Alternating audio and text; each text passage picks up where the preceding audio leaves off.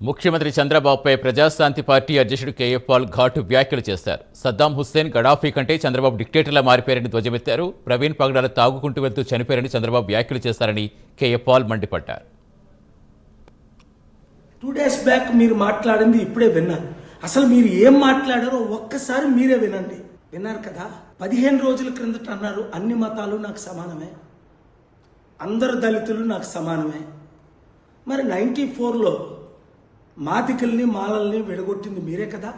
అది పక్కన పెట్టండి, రాజకీయాల గురించి మీతో నేను మాట్లాడడానికి ఇష్టపడలేదు. ఎందుకంటే మీరు ఆల్రెడీ సూపర్ 6 గురించి ఎవరైనా మాట్లాడితే నాలుక అంటే కోస్తాము అంటున్నారు.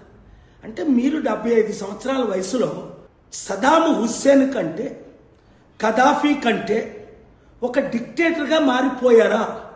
నా మిత్రులు అనేక సార్లు మీ నెత్తి మీద చేయేసి మీరు మార్పు చెందాలని ప్రార్థించారు.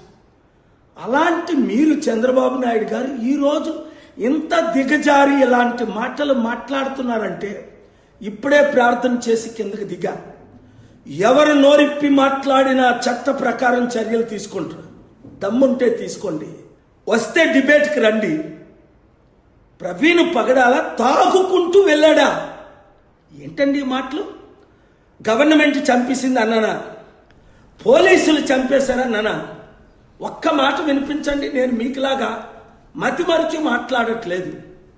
నా మాటల్లో ప్రతిదీ ఒక రీజన్ ఉంటుంది.